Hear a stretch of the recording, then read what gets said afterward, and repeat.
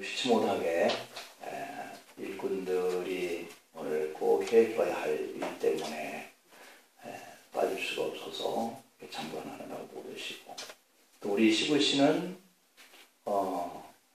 아내가 진통이 있는 것 같아서 어쩔 수 없이 참석을 이렇게 못했고, 용화 형제는 또 국가의 그 시험이 또 주일날 이렇게 진행이 되기 때문에 또 시험 때문에 오지 못해서 참석을 못했습니다.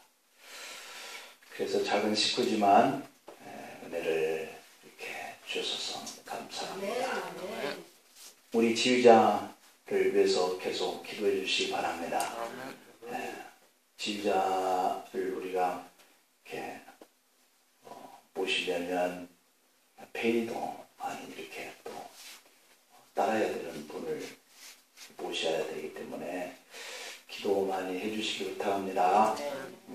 또 이 지휘자도 이렇게 성가대가 인원이 많은 데서 와서 페이 상관없이 하는 걸 또 좋아하기 때문에 인원이 뭐 한 10명 정도다라고 하면 잘 안 와요. 그래서 작은 교회에 사명을 가지고 봉사할 이런 분들이 이렇게 오시면 그런 것처럼 뭐 상관없이 이렇게 할 수 있는데, 어쨌든 하나님이 또 예비하시고 보내주실 분이 오실 수 있도록 시간 기도할 때마다 기도 부탁을 드립니다. 아멘. 아멘. 아멘을 못 하세요. 우리 형편이 그래서 그러니까 우리는 작고 약하지만 우리 하나님은 모든 걸 다 가지고 계신 분이잖아요. 하나님이 아시면 능히 이루실 줄로 믿습니다. 오늘 약속을 받은 자라고 하는 의미로 같이 은혜를 나누려고 합니다. 히브리서에 보면 신앙의 변질을 막기 위한 두 번의 경고가 등장을 하는 거예요. 우리가 믿음 생활하면서 우리의 믿음이 변질되지 않기를 축복합니다.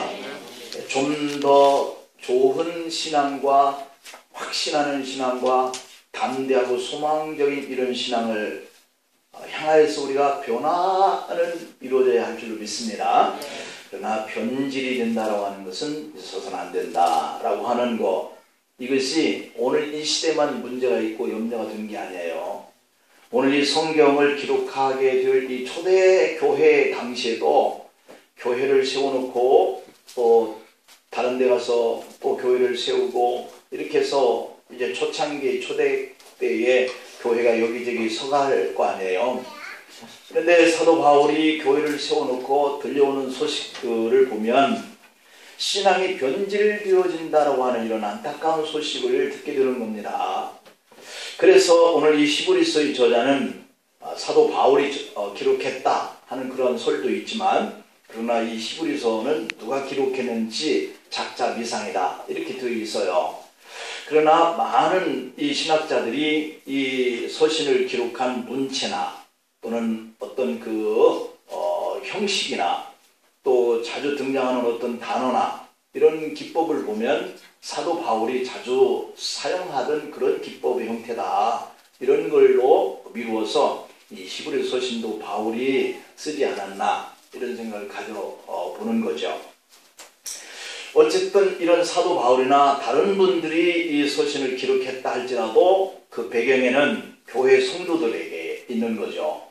교회 성도들이 믿음 생활하면서 초창기에 그들이 가졌던 이 신앙이 세월이 지나면서 조금씩 변질되어진다라고 하는 이런 안타까움 때문에 그들이 신앙적으로 믿음이 변질되면 이런 하나님의 책망이 있다라고 하는 것에 대한 경고의 메시지가 두 가지가 등장을 하는데, 첫 번째 경고는 오늘 본장에 등장하고 있는 이 히브리서 6장의 4절과 6절에 등장을 하고 있어요.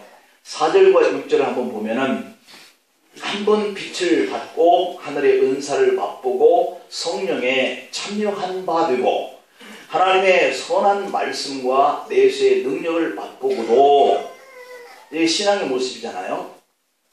그런데 타락한 자들은 이라고 이어지고 있는 이 6절이에요.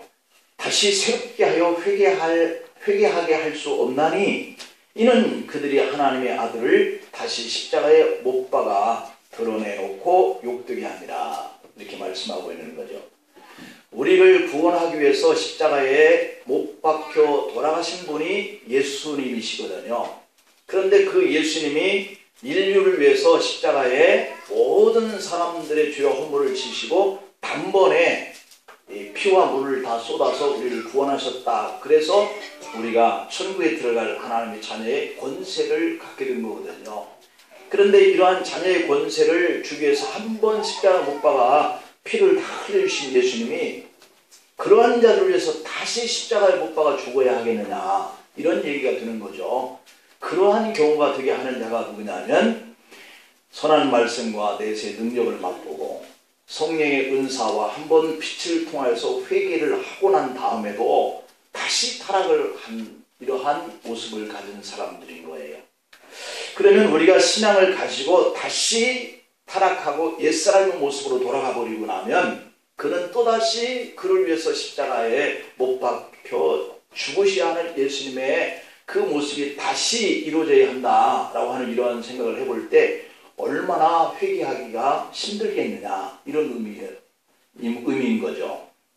그래서 이들은 그들이 하나님의 아들을 다시 십자가에 드러내놓고 못 박게 하는 이런 욕된 일을 하는 행위가 신앙의 변질이라는 거예요.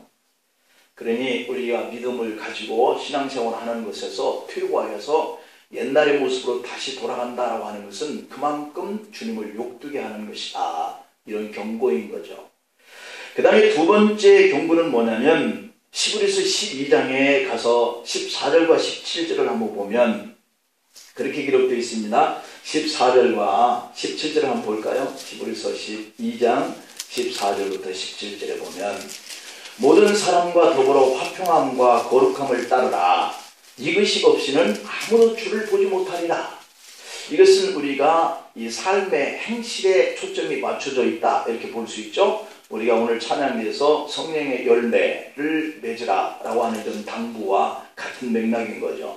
너희는 하나님의 은혜에 이르지 못하는 자가 없도록 하고 또 쓴뿌리가 나서 괴롭게 하여 많은 사람이 이로 말미암아 더럽게 되지 않게 하며 음행하는 자와 혹 한 그릇 음식을 위하여 장자의 명분을 판 에서와 같이 망령된 자가 없도록 살피라. 너희가 아는 바와 같이 그가 그 후에 축복을 이어받으려고 눈물을 흘리며 구하되 버림바가 되어 회개할 기회를 얻지 못하였느니라. 이렇게 이것은 우리의 신앙의 행실적인 차원 속에서 나로 말미암아 다른 사람들이 마음의 상처를 받고 그들이 하나님에게서 떠나가게 되어지는 이 일들에게서 있는 자들과 내가 세상을 향해서 먹어야 할 이런 것들을 표현하는 것이 단적으로 에서가 장자의 명분을 팥죽 한 그릇에 바꿔버리고 말았잖아요. 그러한 믿음의 삶의 자리가 구원받은 하나님의 자녀가 하찮게 되어지는 것이 뭐냐면 세상을 향하여서 우리 믿음과 바꾸는 일인 거예요. 그러한 자들은 다시 회개하기가 그렇게 힘들어지게 된다라고 하는 경고를 주고 있는 부분이죠. 여러분, 이 장자의 명분을 판 에서와 같이 망령된 자라고 이렇게 표현하고 있는 성도의 신앙이 물질의 시험에 들거나 더러운 우상에 빠지면 회개할 수 없다라고 경고하는 점인 거예요. 여러분, 분명히 우리가 기억해야 할 것은 우리가 하나님 앞에서 용서받지 못할 죄는 없잖아요. 무엇이든지 어떤 죄든지 우리가 하나님 앞에 나와서 회개하면 우리가 되는 이러한 자리에 있는 거죠. 그러나 회개하지 않는 자는 예외다라고 하는 거예요. 우상에 빠져서 살든지 세상의 탐욕에 빠져서 살든지 하나님의 말씀을 땅에 추락해서 자신에게 주신 은사를 헛되게 여기는 삶을 살든지 나를 통해서 믿음을 가질 수 없도록 사람의 마음에 상처를 주는 위치에 있든지 이런 모든 것들은 정말 회개하기가 힘든 부분이거든요. 그런데 회개할 수 있어요. 그러면 된다는 건데 그런데 회개하기가 정말 힘든다라고 하는 부분이에요. 이렇게 앞에서 말씀드린 이 두 가지의 경우 회개해도 용서받지 못하는 경우가 아니라 이런 경우에 좀처럼 회개할 수 없는 강팍한 마음을 가지고 살게 된다라고 하는 거거든요. 그런 의미예요. 은혜와 은사를 체험한 교인이 타락한 후 회개하고 다시 그 은혜와 은사를 회복한다는 것은요, 하늘의 별따기다라고 하는 거거든요. 그래서 이 첫사랑이 중요하다. 이 첫사랑을 받은 사람이 첫사랑만큼의 신앙을 가지고 하나님 앞에 눈물로 회개하고 그 구원받은 그 감격에 울고 하는 이러한 것이 첫사랑인데, 그런 첫사랑만큼의 회복의 자리로 우리가 다시 돌아가기가 그렇게 어렵다라고 하는 거거든요. 성도들이 우상에 더러운 것이 빠지거나 물질 때문에 시험에 들어서 직분을 경홀히 여기다가 다시 충성된 그러한 직분의 성도의 삶을 산다는 것이 그렇게 힘들다, 이렇게 경고하고 있는 메시지인 거예요. 그러나 우리의 믿음이 변질하지 않기 위해서 먼저 이 두 가지 경고의 말씀을 마음속에 새길 필요가 있다는 얘기입니다. 그럼 어떻게 하면 우리의 믿음이 변질되지 않고 여러 가지의 그러한 시련 가운데 속에서도 믿음을 가지고 승리해 갈 수 있느냐 하는 것이 오늘 우리에게 주어지는 메시지거든요. 오늘 본문 말씀은 여기에 대한 답을 제시하고 있습니다. 히브리서의 당시 유대인 기독교 신자들에게 주어진 메시지이기도 하죠. 바울에 의해서 복음이 점점점 확산이 되어 갈 때 유대인들은 심각한 위기감을 느끼는 거죠. 그래서 이 유대인 기독교 신자들을 향하여서 심한 비난을 하기 시작했고, 심지어 로마 당국과 결탁을 해서 어떻게 저들이 기독교로 빠져들지 않도록 할까 하면서 박해를 같이 했다라고 하는 겁니다. 이에 유대인 신자 중에는 이런 박해 때문에 도저히 이 고난을 내가 이길 수가 없다라고 생각을 하면 신앙에 흔들리거나 기독교인이 되기를 포기한다는 겁니다. 그러니 이 세상의 것들이 박탈되는 순간이거든요. 내가 유대인이었는데 기독교인이 되겠다 오늘 결심하면 그는 가정에서 축출되고 직장에서 쫓겨나고 그 사회 속에서 매장을 당하는 이런 불이익이 오는 거예요. 그럼에도 불구하고 내가 이 신앙을 붙들 수 있느냐라고 하는 것은 마음에서 큰 갈등인 거죠. 이런 상황 속에서 성도들로 하여금 당하고 있는 이 고난을 이겨가자라고 한다는 이 말이 그에게는 멀게 느껴질 수 있는 거죠. 왜냐하면 내 생계에 달려있는 거거든요. 그럼에도 불구하고 믿음이 흔들리지 않기 위해서 격려하기 위해서 쓰여진 성경이 바로 오늘 이 히브리서신이다 라고 하는 겁니다. 그렇다면 성도들이 시련 가운데 속에서도 이 믿음이 흔들리지 않기 위해서는 어떻게 해야 하겠느냐. 오늘 이 히브리서 6장에서 시련 가운데 신앙의 승리를 위해서 두 가지 방법을 제시합니다. 하나는 그리스도인의 초보를 버리고 완전한 대로 나아가야 한다, 이렇게 얘기해요. 이 말은 쉽게 얘기하면은 내가 어린 신앙에 있을 때 이러한 유혹과 이러한 고난이 다가오면 쉽게 믿음을 고백했던 것들을 놓아버릴 수 있다는 얘기잖아요. 그렇기 때문에 초보에서 빨리 성숙한 신앙, 확실한 믿음의 자리로 나아가야 한다, 이런 얘기를 오늘 이 6장의 1절 2절에 한번 볼까요? 6장 1절 2절에서 그렇게 말씀합니다. 그러므로 우리가 라고 하는 것은 이 앞부분 속에서의 이러한 모든 것들을 전제하고 있는 결론이죠. 우리가 그리스도의 도의 초보를 버리고 죽은 행실을 회개함과 하나님께 대한 신앙과 세례들과 안수와 죽은 자의 부활과 영원한 심판에 관한 교훈의 털을 다시 닦지 말고 완전한 대로 나아갈지니라. 다시 닦지 말고 라고 하는 이 말은 앞부분 속에서 얘기한 부분들이에요. 그러면 이 말씀을 보면 어린아이와 같은 신앙에서 머물고 있는 모습이 바로 이 죽은 행실을 회개하는 것, 이걸 자꾸 우리가 회개하는 거 반복되어지는 거죠. 하나님께 대한 신앙과 세례 이야기들, 안수받는 얘기들, 죽은 자의 부활과 심판이 있다는 이야기들, 이런 것들을 자꾸 할 필요가 없다는 얘기예요. 믿음이 있는가? 구원이 있는가? 부활이 있는가? 또 이 직분에 대한 집착, 안수 문제, 이 세례를 통해서 구원이 있냐, 세례를 안 받은 구원이 없냐, 이런 기초적인 그런 신앙의 문제들이죠. 이런 교리들은 우리가 기독교인이 된 처음에 다 이미 알게 되어지는 사항들이잖아요.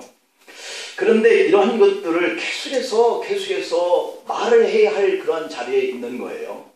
바로 이런 행실이 그리스도인들의 초보 생활이라는 겁니다. 세례받고 집사가 되고 하는 이 외적인 것에 집착하지 말아라. 그런 것들이 무슨 의미가 있겠나? 내가 예수 믿고 구원받고 천국에 간다 하는 이러한 하나님의 이 말씀이면 족하지. 천국과 지옥이 있느냐 없느냐 처음 한번 들었으면 족하는 것이지, 믿어야 하는 것이지. 이런 것 가지고 따지지 않는 이런 성숙한 신앙의 자리에 들어가는 이런 열매 있는 삶을 살라는 겁니다. 우리의 신앙이 성숙해지면 직분에 연연하거나 천국이 있다 없다 하는 이런 유치한 신앙에서 벗어날 수 있는 것이고, 어떤 시련이 다가와도 하나님 있다 없다라고 하는 것 때문에 갈등하지는 않는다는 것이죠. 이러한 것들이 바로 신앙의 초보적인 믿음이다. 여기서 벗어나라는 겁니다. 어디로? 완전한 대로. 그 다음에 두 번째 주는 메시지가 뭐냐면, 약속의 기업을 받는 자의 본이 좀 되라. 그러니까 완전한 대로 나가는 것이 바로 기독교인의 본이라고 볼 수도 있는 문제잖아요. 오늘 11절과 12절이 본문 내용의 서두인데 11절 12절에 한번 보세요. 우리가 간절히 원하는 것은 너희 각 사람이 동일한 부지런함을 내어 나타내어 끝까지 소망의 풍성함에 이르러 게으르지 아니하고 믿음과 오래 참음으로 말미암아 약속들을 기업으로 받는 자들을 본받는 자 되게 하려는 것이다. 이렇게 얘기합니다. 그러니까 약속의 기업을 본받는 자 되기 위해서는 동일한 부지런함으로, 이것은 뭐예요? 우리가 처음 주님을 만났을 때의 그때의 그 열정, 이것이 동일하여야 한다는 그런 의미고요. 또한 고난과 시련이 다가오기 때문에 믿고 참아 기다려야 한다라고 하는 의미예요. 다시 말씀드리면 신앙의 어린 행실에서 벗어나는 것, 이것은 믿음의 선진들을 바라보고 내가 열심히 신앙생활을 해야 한다 하는 그런 뜻이죠. 영국의 신학자 리차드 백스터라고 하는 분이 간증에 이런 이야기를 하고 있습니다. 시골에서 같이 살던 친구랑 도시에 함께 와서 한 교회에 출석을 하게 되었습니다. 그런데 그 친구는 늘 십자가, 자기 자신에게 대해서 이 관심을 가져주는 이 교인이 없다라고 하는 것 때문에 불만이었어요.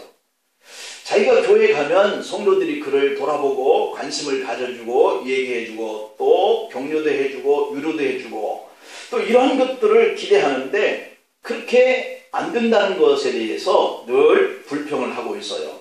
교회가 사랑이 없다는 등등의 불만만 말하는 거죠. 교회 갈 때마다. 특히 목사님의 설교 중에 왜 그렇게 다윗 얘기만 그렇게 많이 하는지, 왜 다윗을 그렇게 많이 인용하는지, 여기에 대해서 리차드 백스터의 친구가 다윗의 설교가 들을 때마다 또 다윗 얘기하는구만, 이렇게 불평을 친구에게, 백스터에게 털어놓다가 그렇게 교회에 신앙생활을 했다는 거죠. 그러나 이 리차드 백스터는 다윗 얘기를 들을 때마다 그래, 나도 다윗과 같이 하나님이 들어 쓰시는 그런 일꾼이 되어야 되겠다, 이렇게 생각을 하고 하나님 앞에 하나님 저도 다윗과 같이 되게 해주세요 라고 기도했다는 겁니다. 그런데 정말 신기하게 그의 친구는 교회 올 때마다 불평하고 다윗 얘기할 때마다 또 다윗 얘기한다, 이렇게 얘기했던 그 친구는 결국에 교회를 떠나더라는 겁니다. 그리고 이 리차드 백스터는 기도하는 세계적인 신학자가 되었다는 것이죠. 이게 무엇을 얘기하느냐, 우리가 믿음의 길에 서서 누구를 본받아 가는 것이 내 인생의 결과를 만들어낸다 라고 하는 의미예요. 우리가 이 세상에서 믿음의 시련을 참고 잘 극복하는 믿음을 발휘해 가서 누군가가 나의 신앙의 롤 모델이다 라고 하는 것을 붙들고 가면 그분은 분명히 또 다른 사람에게 나에 대한 신앙의 본을 보여주는 이러한 결과를 만들어낸다 라고 하는 것이죠. 그렇기 때문에 신앙의 초보자들은 완전한 데까지 나아가기를 간절히 바라는 것이 오늘 이 히브리서의 격려의 메시지이죠. 우리의 신앙의 선진들의 발자취를 붙들고 우리도 그와 같이 믿음의 인내를 만들어내시길 축복합니다. 자, 그렇다면 이 믿음의 선진 중에 우리에게 가장 본이 되는 모델이 누굴까? 성경을 보면 많은 인물들이 등장하고 있잖아요. 그러나 오늘 이 본장의 13절 14절에서 하나님이 신앙의 본이 되어지는 한 인물을 소개하고 있어요. 그분이 누구냐면 아브라함인데, 아브라함에게 약속하실 때 가르쳐 맹세할 자가 자기보다 더 큰 이가 없으므로 자기를 가르쳐 맹세하여 이르되 내가 반드시 너에게 복주고 복주며 너를 번성하게 하고 번성하게 하리라 하셨다라고 한다는 겁니다. 이 내용 속에 한 예로 등장하는 사람이 바로 신앙의 믿음의 조상 아브라함이 등장하고 있어요. 그 하나님은 왜 아브라함을 들어서 신앙에서 초보에 갈등하고 신앙이 변질되어서 세상으로 돌아가는 사람들이 생길까 하는 이런 사람들에 대해서 말씀을 본이 될 사람을 아브라함을 꼽고 있다는 얘기죠. 아브라함은 역경과 환난 속에서도 하나님을 향한 이 믿음과 그리고 오래 참음으로 마침내 하나님이 그에게 약속한 약속의 기업을 받은 대표적인 모델이다 라고 하기 때문인 거예요. 그렇기 때문에 우리가 예수님을 믿고 하나님의 자녀가 되는 그 길을 가고 그 믿음을 지켜내려고 하면 하나님의 구속사의 역사 속에서 가장 축복의 모델인 이 아브라함의 믿음을 따라가야 한다라고 하는 거예요. 하나님은 아브라함을 통해서 우리에게 이렇게 말씀하잖아요. 그렇다면 오늘 우리가 생각해야 할 그 문제가 뭐냐? 아브라함이 어떻게 해서 축복을 받았느냐 하는 그런 문제 이전에 아브라함에게 복을 주시겠다고 약속하고 약속하신 그 하나님이 도대체 누군가 하는 것을 우리가 먼저 발견할 필요가 있다는 것이죠. 저와 여러분이 오늘 또 나를 구원해 주시고 우리를 믿음의 자리로 불러주신 그 하나님은 도대체 어떤 분일까 라고 하는 것을 아는 것이 중요해요. 오늘 본장의 13절 말씀에 보면은 하나님이 아브라함에게 약속하시잖아요. 근데 뭐라 그러냐면 맹세할 자가 자기보다 큰 이가 없다. 하나님보다 더 큰 이가 없기 때문에 하나님 자기를 가리켜서 아브라함에게 맹세했다는 겁니다. 아브라함에게 약속하시고 맹세하신 하나님은 자기보다 더 큰 이가 없다는 겁니다. 이 하나님은 바로 온 우주 만물을 창조하신 분이고 만유를 구원하신 구세주시고 통치하시고 세상을 주관하시는 하나님이 그 위에는 아무도 없다라고 하는 거거든요. 이런 하나님의 약속은 더 이상 다른 이의 보증자가 필요 없는 거예요. 나와 너와의 약속을 하는데 누군가가 보증을 세울 자가 우리보다 더 잘 살고 더 힘이 있고 권세가 있고 하는 사람이 있다면 적어도 그 사람이 너를 보증해 준 내가 믿을게 이렇게 말할 수 있겠죠. 그런데 하나님이 아브라함에게 보증자가 되어서 맹세자가 되어서 약속을 하는 거기 때문에 하나님보다 더 위에 있는 분이 없기 때문에 자기 이름을 가지고 맹세를 했다는 겁니다. 그 누구와도 비교할 수 없는 분이 하나님이시고 그 하나님이 아브라함에게 약속을 주셨다는 거예요. 아브라함에게 약속해 주신 그 하나님이 오늘 여러분들의 하나님이고 저의 하나님이고 우리의 하나님이신 줄 믿습니다. 그 하나님께서 아브라함에게 약속하고 맹세했다면 오늘 이 성경의 66권을 통해서 우리에게 약속하시고 언약하여 주시고 맹세하신 그 하나님이 되실 줄로 믿습니다. 그분이 이 말씀을 통해서 우리에게 약속하고 맹세하고 계세요. 오늘 14절을 볼까요? 내가 반드시 너에게 복주고 복주며 너를 번성하게 하고 번성하게 하리라. 이 약속을 주님이 하셨어요. 맹세하셨어요. 그리고 하나님이 아브라함에게 그렇게 약속하셨더니 15절에 보니까 아브라함이 이같이 오래 참아 약속을 받았다라고 기록하고 있습니다. 하나님이 약속하셨기 때문에 그 외에 더 이상 누가 없는 그분이 아브라함에게 맹세했기 때문에 아브라함은 오랫동안 참으면서 기다렸더니 그 약속이 그대로 임했다는 거예요. 창세기 22장 12절에 보니까 사자가 이르시되 그 아이에게 네 손을 대지 말라. 그에게 아무 일도 하지 말라. 네가 네 아들 네 독자까지도 내게 아끼지 아니하였으니 내가 이제서야 네가 하나님을 경외하는 줄을 아노라. 그리고 창세기 22장 16절 이하를 보니까 이르시되 여호와께서 이르시기를 내가 나를 가리켜 맹세하노니 네가 이같이 행하여 네 아들 네 독자도 아끼지 아니하였은즉 내가 네게 큰 복을 주고 네 씨가 크게 번성하여 하늘의 별과 같고 바닷가의 모래와 같게 하리니 네 씨가 그 대적의 성문을 차지하리라. 또 네 씨로 말미암아 천하 만민이 복을 받으리니 이는 네가 나의 말을 준행하셨음이니라 하셨다 하니라. 이렇게 되어 있어요. 여기서 우리는 하나님이 아브라함에게 맹세하시기를 네가 이같이 행하여 네 아들 네 독자도 아끼지 아니하였은즉 이라고 하는 이 말에 주목할 필요가 있는 거예요. 우리는 여기서 두 가지 교훈을 얻을 수 있습니다. 하나는 하나님께서 아브라함에게 축복의 약속을 하나님의 이름을 걸고 맹세하셨다라고 하는 거예요. 이것은 아브라함에게 뿐만 아니라 아브라함의 자손에게 그리고 오늘 우리에게까지도 해당되는 그런 약속인 줄로 믿습니다. 하나님은 반드시 하나님의 약속을 믿고 하나님을 경외하는 그 사람들에게 복주고 복주며 번성케 하고 번성케 하겠다, 이렇게 약속하신 분이고요, 그것을 이루시는 분이에요. 교회 생활을 해도 어떤 성도는 매 주일마다 꼭 이렇게 교회에 나와야 하니? 라고 혼자 스스로 갈등합니다. 또 어떤 성도는 내가 땀 흘려서 애써서 모은 월급인데 꼭 11조를 드려야 하나? 하는 문제로 갈등합니다. 어떤 성도는 주일 예배 드렸으면 되지 내가 왜 수요일도 가야 되고 금요일도 가야 되고 그래야 할 필요가 있냐? 라고 갈등합니다. 왜 자꾸 하나님 믿으면 됐지 기도하라고 그러고 전도하라고 하느냐 하는 문제로 갈등을 겪기도 합니다. 여러분, 이런 문제로 갈등하는 이 자체가 교회를 오실 때마다 무거운 짐만 잔뜩 지는 성도의 생활이 되어서는 안 된다는 거예요. 내가 만약 이런 갈등으로 믿음의 생활을 하고 있다면 이것이야말로 오늘 시브리서 6장 1절에서 이렇게 말씀하고 있어요. 그러므로 우리가 그리스도의 도의 초보를 버리고 죽은 행실을 회개하자 그랬어요. 그러니까 내가 그리스도의 성도로서 기본적인 교리들을 가지고 갈등하는 이것은 그야말로 신앙인들의 초보의 마음이다 라고 하는 거죠. 적어도 이런 자리 속에서 이런 것들에게 갈등하는 것들 속에서는 좀 우리가 벗어날 수 있는 자유함을 가질 필요가 있지 않겠냐. 그 정도의 믿음의 단계까지는 이르러야 되지 않겠냐.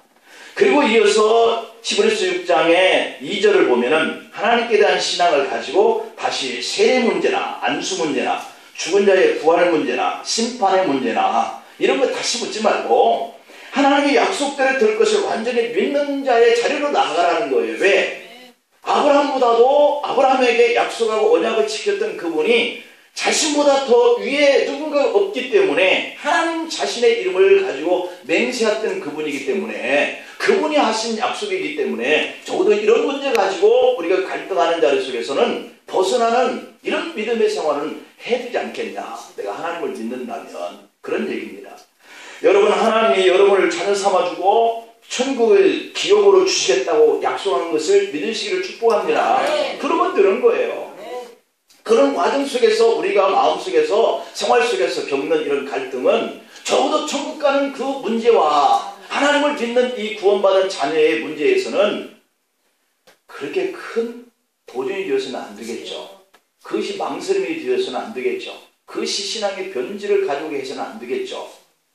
이렇게 약속하신 하나님의 약속에 눈이 띄어져서 신앙생활을 갈등으로 무거운 짐으로 지지 않게 되고 하나님의 자녀됨과 하나님의 맹세에 약속하신 것을 통해서 내가 분명히 기업을 받게 된다, 번성하고 번성하게 된다 라고 하는 자라고 하는 사실에 감격과 기쁨을 누리시기를 축복합니다. 하나님이 아브라함에게 맹세하신 네 독자도 아끼지 아니하였으니 라고 하는 이 말이 주는 교훈의 두 번째 교훈은 아브라함이 이삭을 제물로 바치기까지 인내한 믿음을 강조하고 있어요. 오늘 15절에 보면은 그와 같이 오래 참아 약속을 받았느니라 이렇게 말씀하고 있잖아요.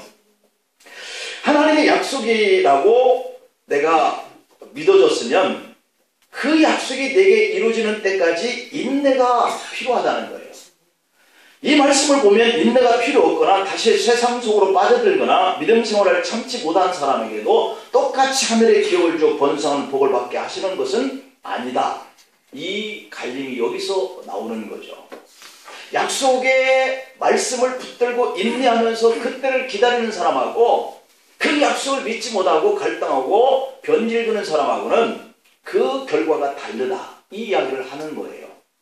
이미 약속으로 주신 것일지라도 우리가 하나님의 그 믿음을 가지고 신앙하는 이 생활 속에서 하나님을 경외하는 이 믿음, 이것이 인내를 통해서 요구되어지는 이 믿음을 지켜야 한다는 겁니다. 창세기 17장의 16절 17절에 보면 내가 그에게 복을 주어 그가 네게 아들을 낳아 주게 하며 내가 그에게 복을 주어 그를 여러 민족의 어머니가 되게 하리니 민족의 여러 왕이 그에게서 나리라. 아브라함이 엎드려 웃으며 마음속으로 이르되 100세 된 사람이 어찌 자식을 낳을까? 사라는 99세니 어찌 출산하리요? 이러면서 웃었다는 거예요. 그런데 이 모습을 하나님 보시고 네가 어째서 웃느냐? 아닙니다. 제가 웃지 않았습니다. 이렇게 정색을 하는 모습이 등장하죠. 아브라함이 75세의 부름을 받고 이 약속을 하나님께 받은 후에 100세 때의 아이를 약속대로 받았기 때문에 25년을 기다린 거예요.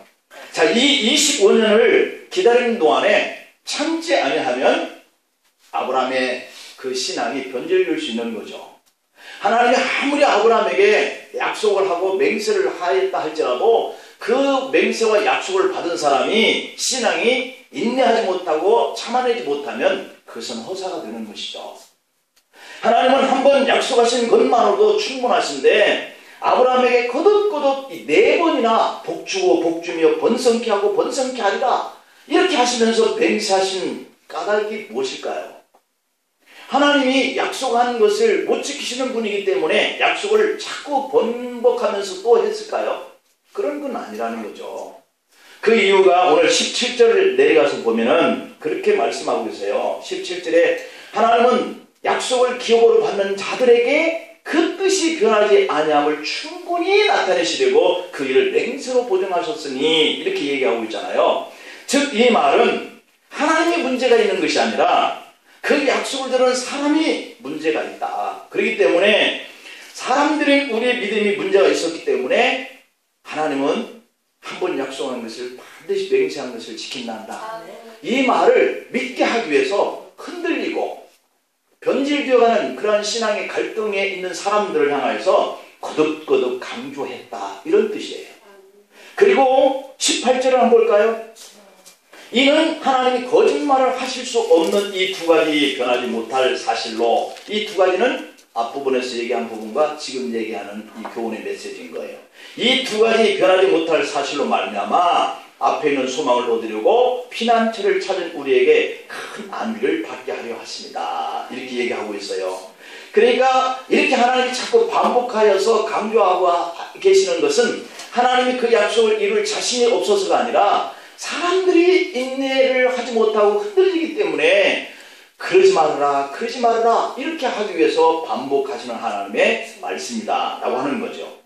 여러분, 하나님은 이렇게 우리의 신앙이 흔들리지 않고 용기와 소망의 자리 속에서 우리가 하나님을 의지하는 믿음이 정말 흔들리지 않는 그런 평안과 위로를 주시는 분인 줄 믿습니다. 그런 분이 우리에게 오늘 또 신앙 안에서 교회를 섬기다가 믿음의 길을 가면서 이렇게 초보를 버리지 못하는 신앙에 갈등하고 넘어지고 변질되고 회개를 할 수 없는 이런 지경까지 떨어질까봐 오늘 우리에게 다가오셔서 그러지 말아라, 용기를 가져라, 소망을 가져라 이렇게 자꾸 거듭해서 말씀하시는 그런 하나님이라는 거예요. 이런 하나님이 저와 여러분들의 하나님이십니다. 믿음 생활을 참고 인내함으로써 하나님이 맹세하여서 약속하신 그 기업의 복을 받고 번성하고 번성하시는 한 주 동안의 삶이 되기를 축복합니다. 기도하시겠습니다. 아버지께서는 이렇게 약하여서 자꾸 흔들릴 우리의 자녀들에게 찾아오셔서 신앙 안에서 그리스도의 촉구를 버리고 완전한 데까지 나아가라. 믿음의 약속을 받은 자로서 인내하면서 살아라.